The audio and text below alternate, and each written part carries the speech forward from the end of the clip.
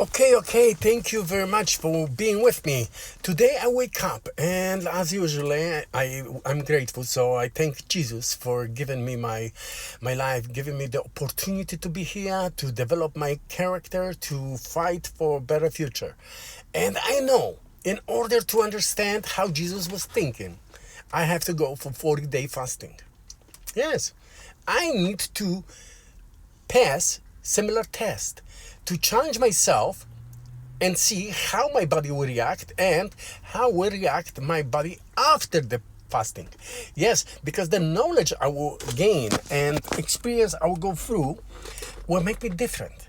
It will make me much stronger. I can see a few days ago I was infected with flu or something like that, and my partner, she's much younger, she got infected too. I think she was infected first. In 2 days, my body on full-time fasting kind of fight off and recovered. I'm perfectly fine today. She had to take antibiotic, and she is very, very, I would say, angry at herself. And I try to tell her, look, cherish your life. Be happy that you're still here. You are one great woman, and you can overcome that. I know right now your body is not strong enough to overcome this by yourself. At the same time, as soon as you take this antibiotic, try to change small things. She already changed a lot. When she see me on day 19, practically eating nothing, except for some yogurt, some bone broth, and very limited veggies, fruits, very, very limited. I mean, we're talking about a couple slices of tomato or cucumber or something like that. And also I make myself cocktails. I call them vital, mineral, and vitamin cocktails.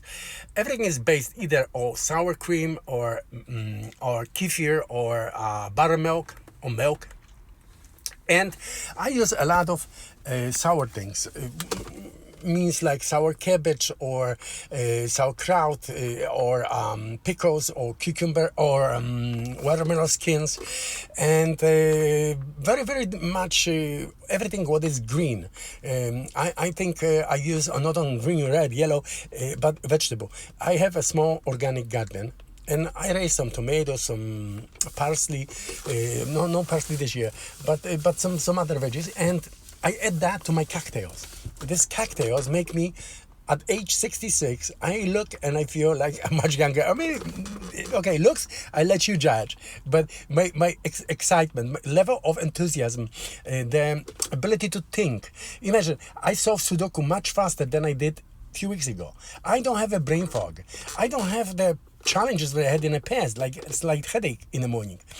I don't have epilepsy attacks. Yes, and 19 days, practically almost all gone. I'm so excited about that. Of course, weight loss is huge also. This is a great result. 8 kilo, that's over 20 pounds or around 20 pounds. That's a huge accomplishment in one session in 21 days. I'm gonna go 21 for sure. I might extend to 22 because I'm ambitious. I always give myself a new goals. I'm similar to Elon. I always estimate my capacity to act. Why? Since if you want to accomplish something really huge in your life, don't try to limit yourself. If I was a sprinter and I was trying to win 100, if I was set to win, not trying, I always eliminate words which put doubt in my mind. So when I prepare myself to win 100-meter rush, of course, I would have to run against people with similar to mine capacity and physical ability to run 100 meter at a certain time. My best record at 100 meter was around 13 seconds. So I was one of the slowest. One time when I was a kid, probably 11, so I was a young adult, I think I was running a cross country 2 or 3 kilometers, and I lead all the way until about 100 meters before the finish line. And then one by one, everyone was passing me. My legs got weaker and weaker. And I had this desire to at least get to the finish line. But I lost. I didn't lose really bad. I just knew that this is not for me. So I started riding bike. And on a bike, I didn't have really great results neither. At least my legs got very, very big. My thighs are huge. I remember when I came to the United States of America, and my first job was a masonry tender, labor, helping bricklayers. And the crew I started working on was an apprentice, and I was learning the trade. And since I didn't speak much English, my boss, Robert Daly, told me, Peter, I will hire you, but I'll pay you only $3 an hour. Once you learn the trade, I'll pay you more. And my teacher, Danny, he was about my age, and he was much more knowledgeable, but he was fucking lazy. He was making about $11 an hour. And there was another guy named Paul, and he was about 20 years older than me. He was a driver, he was driving a truck, and he was kind of like a boss for Danny and me. Lazy son of a bitch, real lazy. And he always made sure that we did everything, and he was just enjoying the reaps because he was getting along with the boss real well. Half a day they make jokes on me. First 2 weeks was kind of, I ignored that. I just learned trade. In 2 weeks, I learned all the things I could learn about masonry tender. And Danny got on the wall. Yes, I did motivate my boss, Robert, to give Danny a chance to learn to lay bricks. And Paul also. I started driving the truck. I was taking over everything related to masonry tender. So instead of having 3 tenders, Robert had 2 apprentices. They were learning to lay bricks. 5 bricklayers, 4 plus him, and me, 1 alone, handling the whole crew. They couldn't believe it.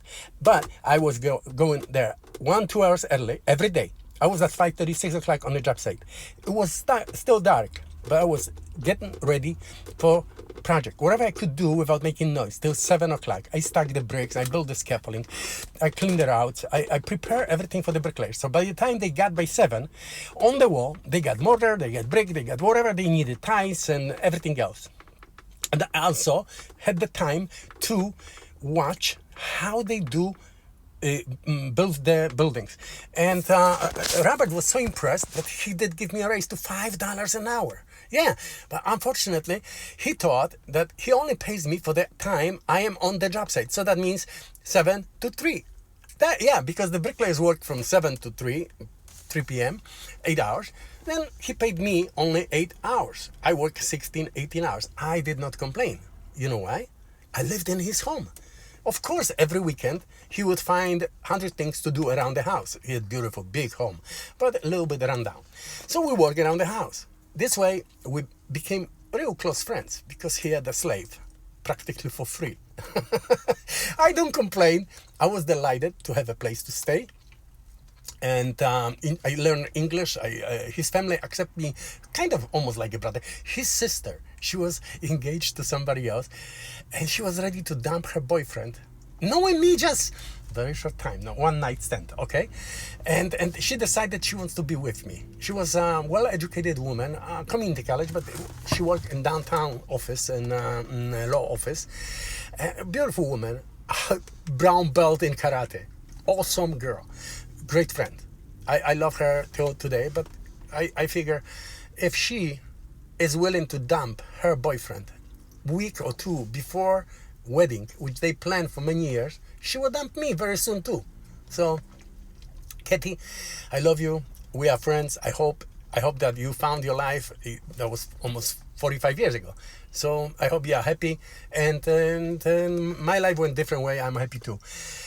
Going back to my point, if I go for 40 days journey, then I will be closer to understand how Jesus felt, because now I can see how I feel. After 19 days of fasting, 19 and a half, almost 20 days of fasting, my brain is working absolutely different. I didn't eat nothing sugar-based for 19 days. I didn't eat much meat or anything practically solid. And I feel so excited, so good. You can see on this film, I am very, very emotional. Why? Because I'm happy.